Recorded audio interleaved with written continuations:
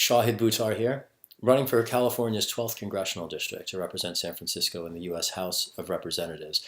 Went to a couple of inspiring events celebrating organizers and leaders in climate justice and broadly writ environmental movements this evening and yesterday.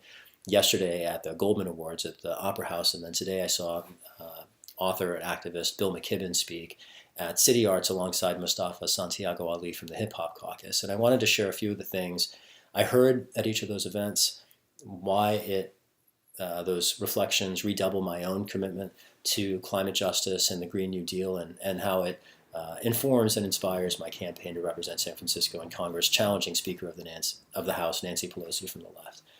Among the things that I heard about yesterday at the Goldman Awards was the resistance of a woman in her community, Ms. Garcia from Vancouver, Washington, who fought through community organizing and ultimately overcame and stopped the creation of what would have been the country's largest oil pipeline terminal in her backyard.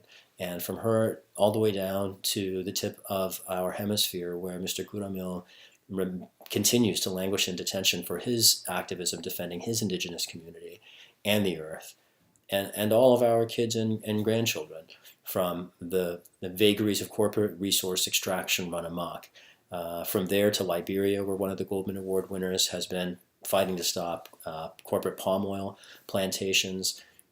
The consistency of their stories, challenging corporate resource extraction, was humbling, recognizing that San Francisco's voice in Washington is all too, unfortunately, willing to go along with business as usual. Bill McKibben this evening talked about how business as usual is killing us. And I'm all too aware, having been here in San Francisco over the last several years, to know that it is killing us not just in the future, but just think about the deaths from the wildfires in this state. Climate change is killing us today.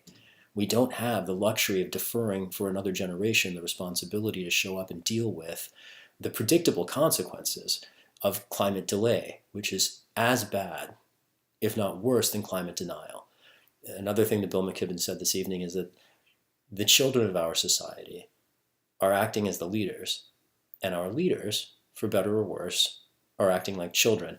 I was with the Sunrise Movement the morning that the students went up to meet Senator Feinstein on a Friday morning to talk to her about their concerns, and ended up shaming her by simply sharing the video of her own disdain for her constituents and her hubris, quite frankly, talking about her experience of 30 years that I frankly think is not something to be terribly proud of given where it has led us. I would like to see the generational change in Congress that our country needs, and I aim to be a part of it.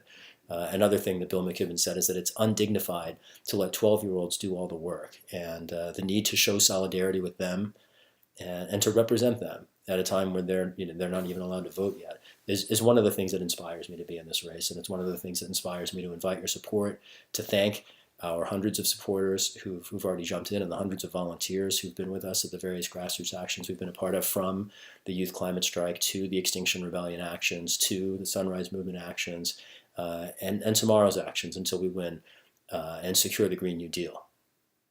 Thanks for your support. I'm Shahid Buttar. Visit us online at shahidforchange.us.